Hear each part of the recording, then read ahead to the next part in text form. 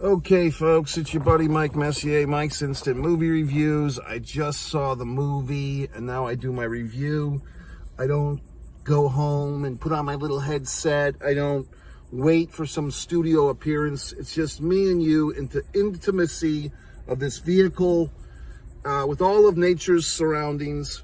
So, Last Night on Earth, should you see it, should you not? I think it's a movie worth seeing. You know, it's not quite a horror film. It's not a horror film at all, really. It's like a apocalyptic type of adventure. I mean, the title gives it away. The movie's about the last night on Earth. Specifically, this couple we meet, married couple. Ryan is the male. Kind of looks like the white Jesus with the thinly cropped beard and the long hair. The wife, God, I think the name was it Heather, I believe? Heather? Yeah, let's go with Heather, even though that might not be it. But anyway, she's quite attractive. Basically looks like a Patricia Arquette in the prime of Patricia Arquette's life, is this voluptuous blonde wife. And we kind of see them in different time scenarios when they're first hearing about the fact that the earth is going to end, our earth anyway. There's some cataclysmic meteor fire coming that for whatever reason is coming. We can't do anything about it, but for whatever the fuck reason, we know the exact time. Now, I might have taken a little break during this movie at one point, so I might have missed something, but I don't know if it was clearly explained how, you know, if this horrific event is coming, which I can see, you know, scientists and so forth knowing about. Oh, we've got this meteor shower coming to Earth. It should be pretty bad, and we can't stop it. We don't have the weaponry, or we don't have a force field to deflect all these incoming meteors or whatever the fucks. I can see where that would be something that human beings could see coming, but I don't know if about to the minute. I don't know if you could actually say, well, to the exact second, which this movie's trying to sell us. So then we kind of find out, we hear, like, they did a nice technique with this movie where the characters are kind of putting on the radio, like you know you're in deep shit when you have to put on the radio. Like, that's when you know that, like, the whole world's gone to fuck, when you're putting on the radio for information. Like, that's mankind's last tool of communication is a radio. You might as well have a fax machine or a telegraph or whatever the fuck. So we hear on the radio that the world's governments are having a hard time patrolling people. People are picking up arms to defend themselves. You know, there are food crises and crime and all this stuff. And our lovely couple there, well, spoilers by the way, at one point, she tries to off herself, the beautiful blonde Heather, I believe, tries to take herself out via suicide, via bathtub with the old razor on the wrist of the bathtub. And her loving husband does not allow her to die. So they end up going to some campground, and that's another thing. Like, okay, we're going to die anyway. Let's go to the mountains. Let's go to wherever the fuck, you know, Pine Lake or whatever, Crystal Lake, the Grand Canyon.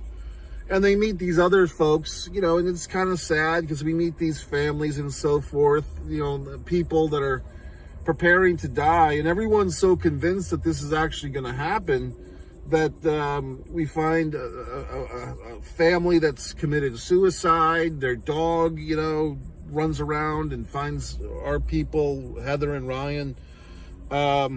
We meet this Christian cult, Dee Wallace. I was trying to remember the wife's name, Levin, I think. The actress, Sarah Levin or Revan Levin, whatever the fuck, because she might have a future.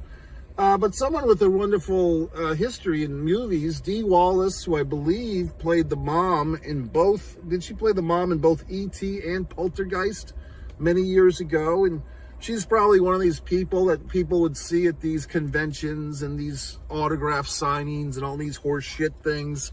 But yeah, Dee Wallace is in there, and she's kind of the matriarch of this Christian group that's all getting together and praying and so forth. And they're gonna, you know, talk to God on their way out and everything and all this wonderful stuff. And our guy and his woman there, you know, they're trying to make the most of it, and their answer to all of life's, you know, the end of the world's problems is just keep on fucking each other.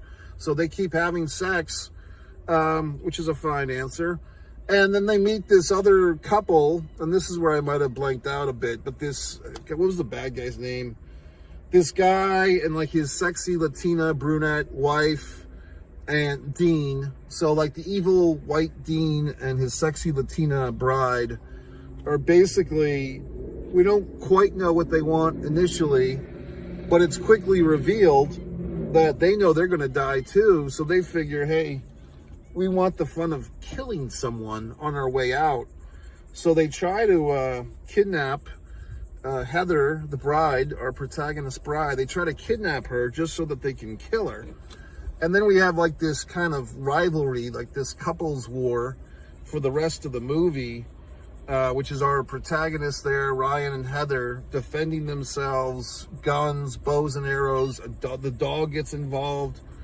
That's one thing I didn't quite understand. Our character Ryan, for all his heroics, at one point the Dean guy has pulled a gun on him, and the loving dog comes rushing up to bite the hand of Dean, the guy with the gun. Now, at this point, I mean, Heather is really quite the feisty one. She grabs a shovel and bonks the Latina chick in the face with it, gonna bust her nose open, which seemed like a pretty good injury, but like just hours later, she's fine. There's some activity going on in this parking lot.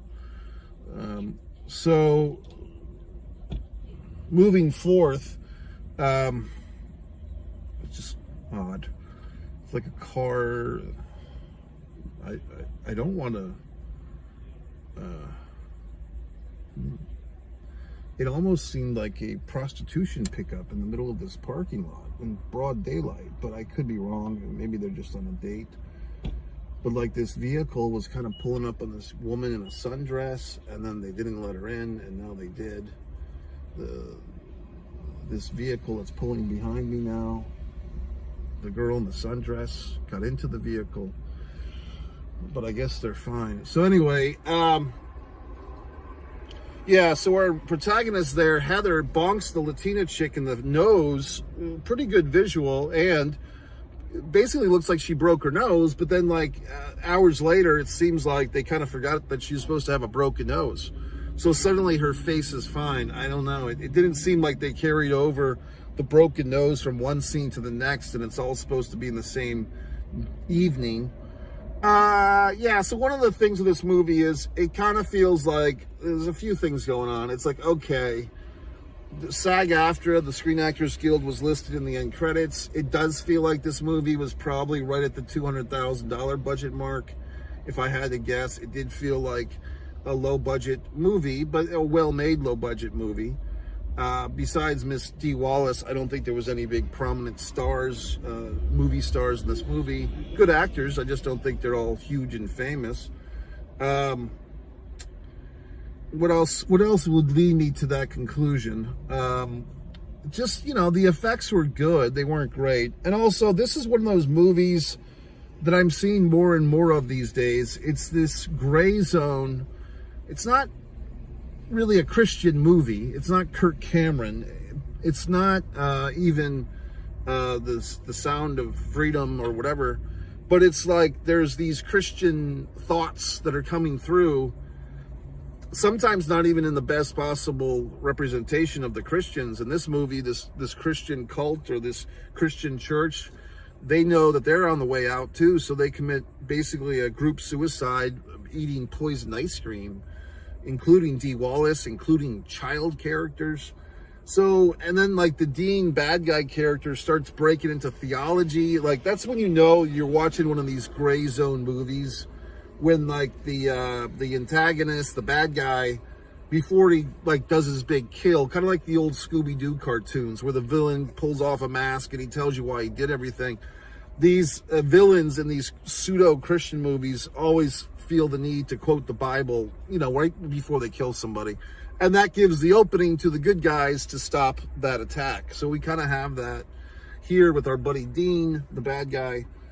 But the female character, I mean, probably a twofold thing. The female lead character is written very strong in this, physically strong. She seems to be the one that's always like coming out on top. Like she's always the one shooting the bad guy and using a bow and arrow to kill the Latina girl. Like she's got all these cool scenes, and quite honestly, probably the most attractive female character in the movie, obviously. So, or actress. So, you know, that has that going for it. But then you have all these things like there's a cross, you know, that she wears. There's sex scenes. It's like, is this a Christian movie or not? I mean, you might have seen my review of the horror film Thorns a few months ago, all 16 of you that watched that video.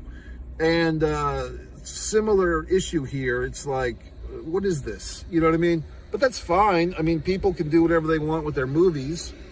And I just don't know if this is supposed to be a Christian movie. Is this supposed to be a Christian movie that's appealing to everyone? Or is this supposed to be an everyone movie that's just got a little tip of the hat to Jesus? I don't know the answer. I'm not the filmmaker on this one. I'm just saying it's up there. But I mean, I do kind of feel like this movie did a fairly good illustration of what you would imagine the end, like if for whatever the fuck reason we knew the date to the second of when this earth was going to end. I think it's pretty spot on. I mean, close. I think people would be taking up arms. I think there would be some suicide cults.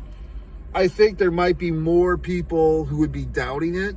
You know what I mean? Like, how do we really know? You know, like they might be telling you over and over again on the radio and everything, okay, the earth's going to end.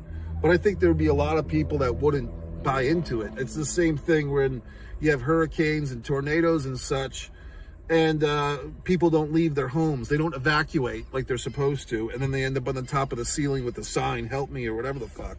Not to pick on those fine folks, but that's what happens. I mean, a lot of people don't want to leave their homes in these situations because they'll believe it when they fucking see it, right? When the fucking water's up to their knee, then they'll realize there's a flood coming. So I just don't know.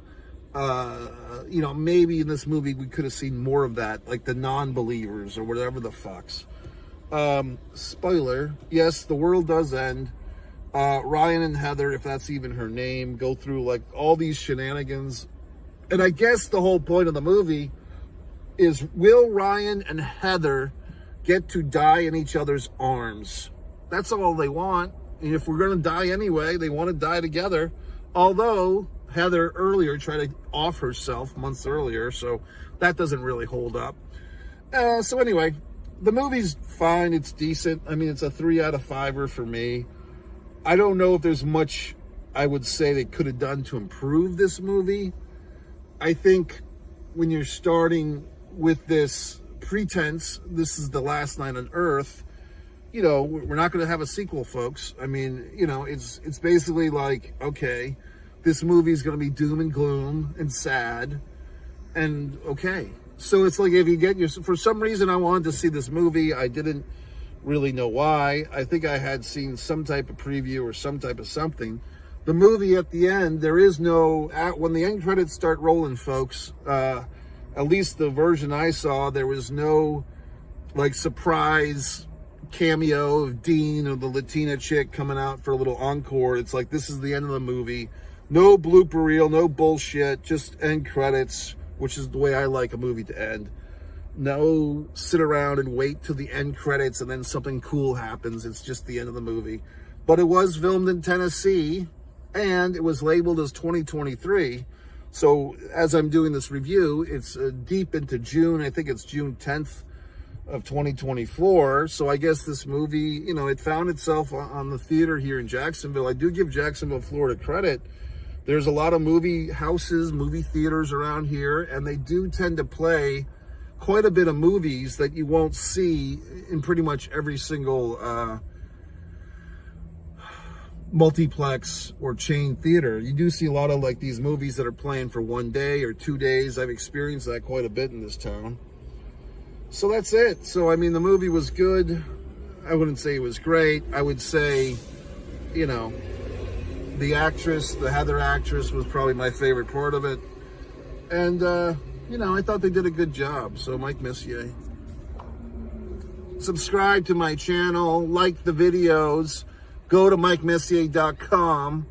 You can stand me on social. You can buy my books. For those that are wondering, gee whiz, Mike, what do you do with your fucking life? Well, I make these wonderful arts. These are my wonderful artist paintings. You can go to my wonderful One Artist Mike Messier page and subscribe and see all my wonderful paintings as they're coming to life. You can even buy some of these, okay? Some of them are for sales. My wonderful novels, all the wonderful things I do. The best thing to go is go to MikeMessier.com. I think you can even put on notifications somehow through WordPress and get